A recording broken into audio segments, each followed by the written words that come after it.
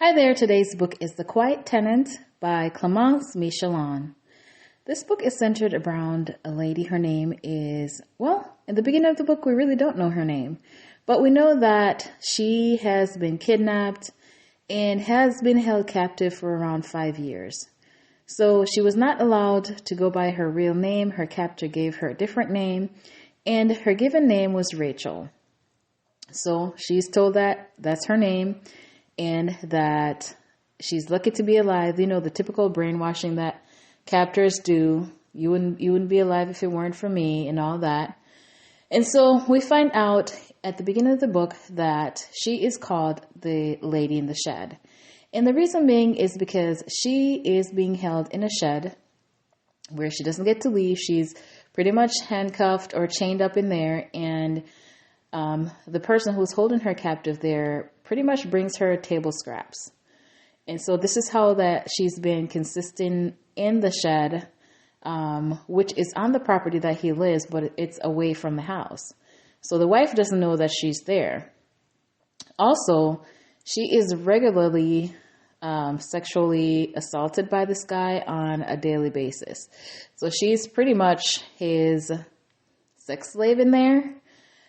So she has been there, and even though she has had no way of getting away, she doesn't know where she is, she has really not given up hope, although this person who was holding her captive might have believed that to be the case.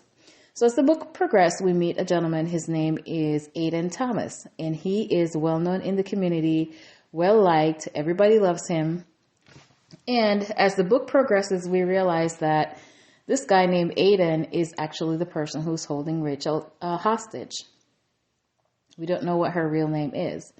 So his wife ended up passing away. And so when his wife passed away, her parents apparently owned the house that they live in. And so when she died, they were like, you got to go, because they didn't like him to begin with anyway. So this kind of sets some things in motion that would lead to her being able to get away from this guy.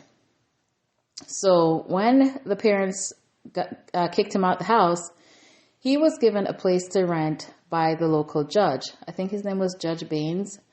And he took charity upon him and rented him a cottage that they owned for below market rent. And he also had set up some kind of community event, a fun run of sorts. And the proceeds would go to Aidan and his daughter. And his daughter is a preteen, and her name was Cecilia. So they see him as the poor widow, and they're trying to help out because the wife is no longer there.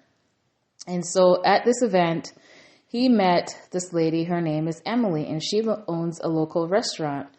She ran into him when she had volunteered to provide the runners with hot chocolate at the end of the race, because it was kind of cooler weather at the time that took place. And so she took a liking to him, and then they started talking. They were in communication. So she didn't know about these secrets that he held either, because of course everybody in the community would never have thought he was this type of guy. So upon him getting kicked out of the house that he was living in with his wife, and he needed to move, Rachel, when she found about that he was going to be moving, she felt like the only way that she can survive is find a way to convince him to let her move with him. Because if she didn't go with him, she surely would die, because what else would he do with her? So anyway, she was able to convince him to let her move. And so he let her move into the house, and he had a story for her that she was somebody he was helping out, a friend of a friend. And so he told his daughter that, to give her space, and, she doesn't want to talk. So he has a story set up not to, have much interactions with her. Meanwhile, while she's in the house, she's not really completely free.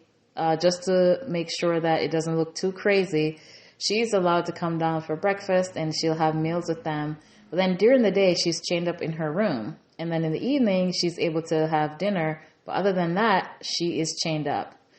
And so she's not allowed to leave the house or anything like that. So she's pretty much as though she's in the shed, but then now she's in the house. So the daughter would, strike up conversation every now and again, and they have certain interest in music and all that. So she felt like, she needed to protect this little girl, and she was having building a bond with her. So one day, in him being so caught up in this lady that he likes, it seemed as though he had forgotten to put on her cuffs properly. And she realized when she moved her hand that it wasn't really completely closed. And so she was able to get out her room, and she's looking around. She's like, could this be a trick? She made it to the front door, and she got outside, and then she realized that she didn't really know where she was. And how, what was she going to tell anybody? What will her story be, and who's going to believe her? And what if, he catches her, and all these questions that she had in her head. So she pretty much got either paralyzed by fear or, felt like it was a test, and maybe, she was going to fail, or maybe he's going to catch her. But then she decided, you know what, I'm not going to leave.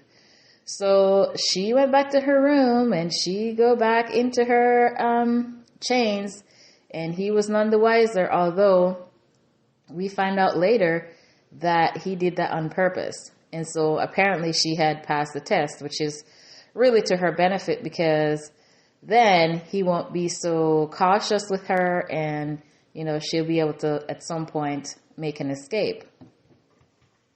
So after that, she decides, if she's going to be able to escape, she has to get stronger. We, throughout the book, get to learn a little bit about her from her former life, that she used to be a runner. And she had experienced some trauma before, which is how she ended up to be a victim of this guy, because after this thing that happened to her, she decided to leave the city and went to upstate New York, to a small little remote area, rented a cabin, and she just wanted to be alone and think things through and have some space and reflect and just get away. And this is when she, got kidnapped. And so because she had been traumatized before, she kind of, used this as, it became a strength for her, I guess, because he thought that he was going to be able to break her, but she was traumatized before, and it didn't have the effect that it would have had she not experienced these things that she had in the past. So anyway, one night that he slipped out to go meet his lover. Her name was Emily, the lady who owned the restaurant. And so she decided now would be the time to go. And so she felt like she had to take the girl with her because of the type of guy that she knows that he is. She couldn't, in good conscience, leave the girl there. And so she told the girl, we have to go now, we have to go, and try to get her to leave. And, of course, it didn't go as she planned. She started screaming and screaming and screaming. And so he heard and came flying back to the house. So the girl must have known something of of her dad's demeanor or something about him, because when he got back home, she kind of lied for Rachel, and she said that, she had hit herself or had an accident or something. She didn't tell the truth, but he kind of felt like Rachel did something, and boy, did she suffer for this.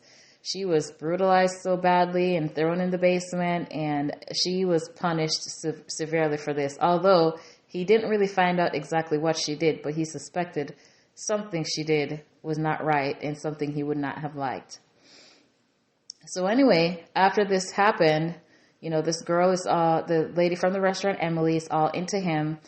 And it seems as though he's kind of losing interest, and she's getting into him. And then at this point where she's all in, he starts to back away. And so then she wants to find out what's going on. She's not hearing from him. And one day she decided to come by the house and ended up meeting Rachel. And Rachel gave the story to her as to who she was and all that, but she didn't really buy it.